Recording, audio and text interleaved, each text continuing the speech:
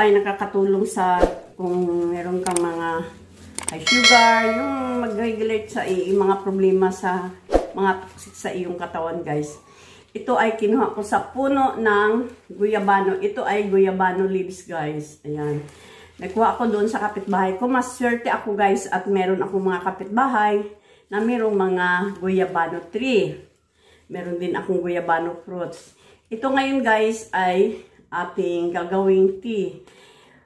Ang ano nito, paglaga nito, laga pa siya within 15 minutes na wala lang exact amount kung ano, ilang dahon. Pero ako, nag-aano ako ng 7 dahon, 5 dahon na ganyan. So, madami ito. Mga ilang araw ko itong, ano, maiinom.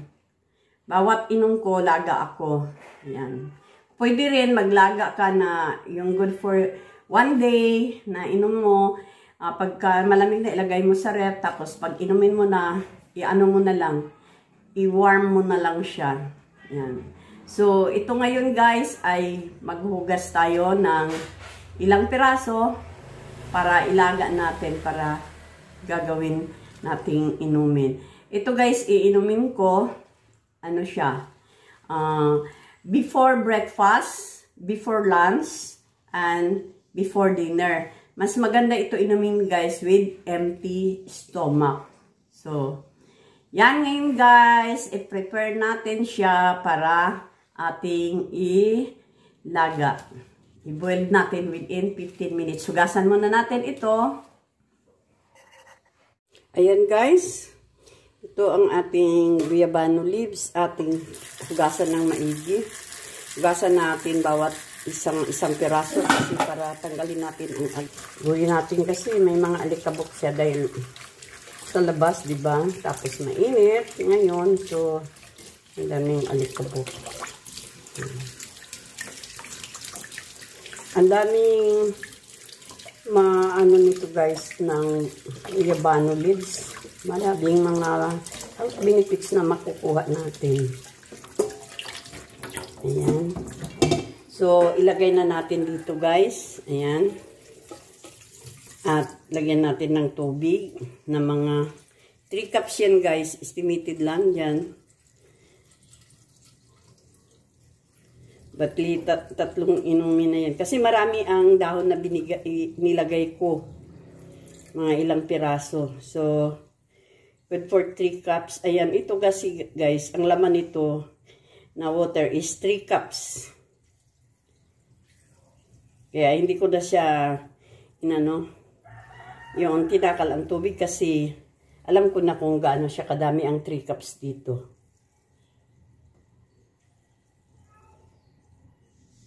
Ayan. Ayan na, guys. So, takpan na natin yan siya. At ating dala sa ating yan. Takpan natin. At ating ilaga, guys. Turn on natin ang ating stove.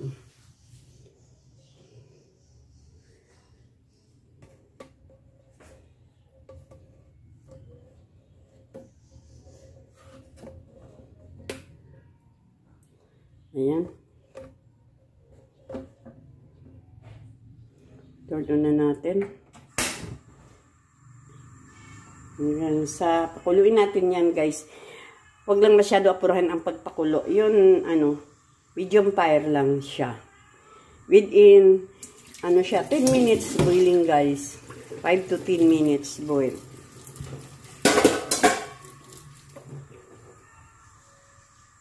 Ayan na, guys. Tingnan na natin.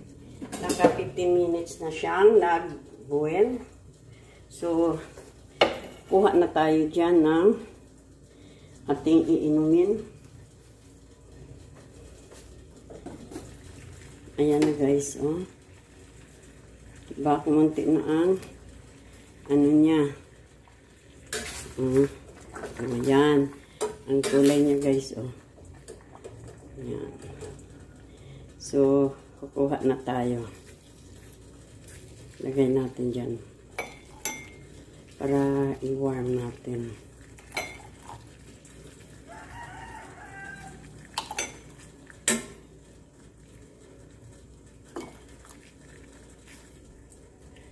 Ang guyabano guys ay maganda pang palinis sa mga toxic sa katawan.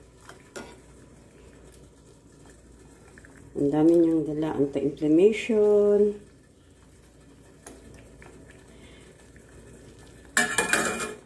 So, patayin na natin guys. Turn off na natin. At tatanggalin na rin natin guys ang ayan oh. Ang dahon. Yan, tinanggal na natin. So, yan ang maiwan. Yan, iinumin natin mamayang lunch. Before lunch. Yan, dinner.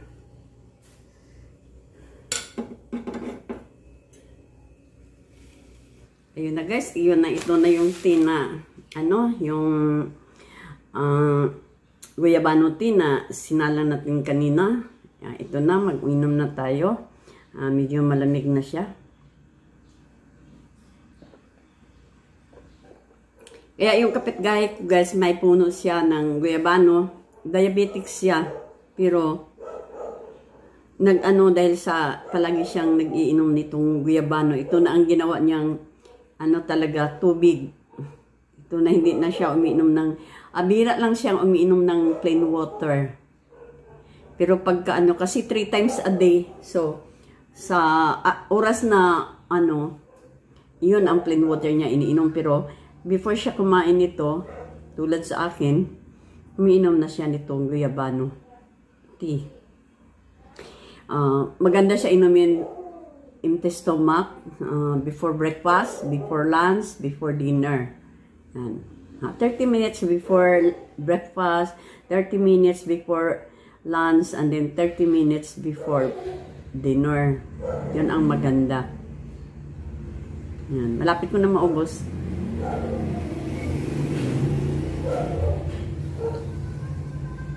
Marami siyang guyabano.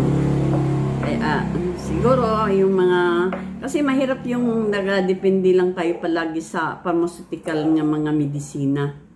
Ito naman siya talaga is, siya, direct na wala siyang chemicals na, hinahalo. Direct siya. Kasi dahon nga, tapos yung, may ipakita ako sa iyo mamaya, pagkatapos kong mag-inom nito.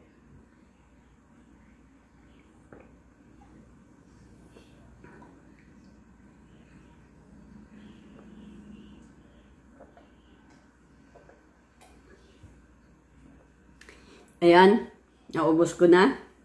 So, ipapakita ko sa inyo guys ang bunga ng guyabano, ang mukha ng, ito binigay sa aking kaibigan na si Mr. Mosqueda.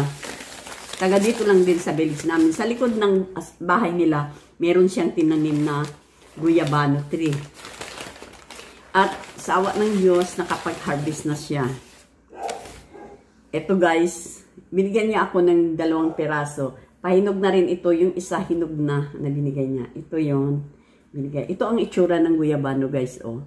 Greeny color, oh, mahinog-hinog na siya guys. Siguro bukas, hinog na siya, makain na. Malambot-lambot na siya. Kaso lang, sana hindi pa siya gaano mahinog. Kasi 2 itong binigay ni Michelle sa akin. And then, hinog na yung isa. Kaya, para makita niyo sa hindi nakakilala ng guyabano at hindi mahilig sa guyabano, ayan. At kung may hindi alam kung anong English ng guyabano, dalawa ang English name nitong guyabano guys, graviola at soursop. Soursop siya sa English name. Ang tawag nito sa Bisaya is banaba. Dito sa Tagalog, guyabano. Yan. Mulang maliit pa ako guys, mahilig na ako nito. Kasi may puno din kami before nung maliit pa ako. Pakita ko sa inyo kung ano ang mukha sa loob ng guyabano. Kasi nakita nyo, ang ganda ng bigay ni Michelle sa akin. Kasi yung mga laglag lang daw sabi niya, alam niya kasing nag-iinom ako at kumakain nito. Kasi hindi lang siya ang nagbibigay sa akin, yung katabi kong bahay, nagbibigay din sa akin pag binigyan din siya ng kaibigan. Hindi siya gaano kasi mahilig dito sa guyabano. Kaya tinatawag niya ako pag binigyan siya, Mami, Mami Biol, meron akong guyabano dito, bigay ko sa iyo. Galing ito sa kaibigan ko. Yung kaibigan niyang konsihal doon sa aming barangay. At ipakita ko sa inyo kung ano ang itsura ng guyabano fruits. Ito na ngayon guys, yung isang binigay ni Michelle. Ginat ko siya. Ayan. Yan ang mukha niya. Parang masarap siya guys, matamis siya, matamis siyang klase. Ang lasa talaga ng guyabano is mataas na, matamis at medyo maasim-asim. Yan, masarap siya. Paborito ko talaga siya. Yan, ito, kainin ko ngayon.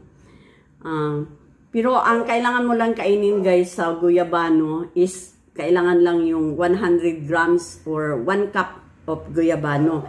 Kaya ini-estimate ko na lang siya kung gaano kadami ang 100 grams. Ito, tama na ito sa 1 cup. Pag tinanggal ko itong laman at ilagay ko sa sa cup na measurement, ito ay tama na siya sa 1 cup or 100 grams.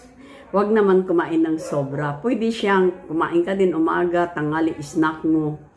Yan. So, ito, ngayon, kakainin ko siya. Yan. Nakainom na ako kanina ng tea. Ito naman siya, kakainin ko siya after ng aking lunch. So, ayan guys. Alam mo ba, ang guyabano, pero may tao ding bawal kumain ng guyabano guys. Yung mga buntis, yon bawal yon. Bawal sila kumain ng guyabano fruits or iinom ng kasi baka mamaya mapunitan sila. Yan.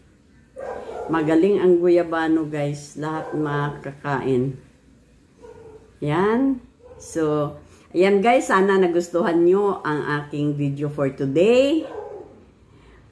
And sana mag-subscribe kayo, mag-like at mag-share. And thank you for watching. Bye-bye!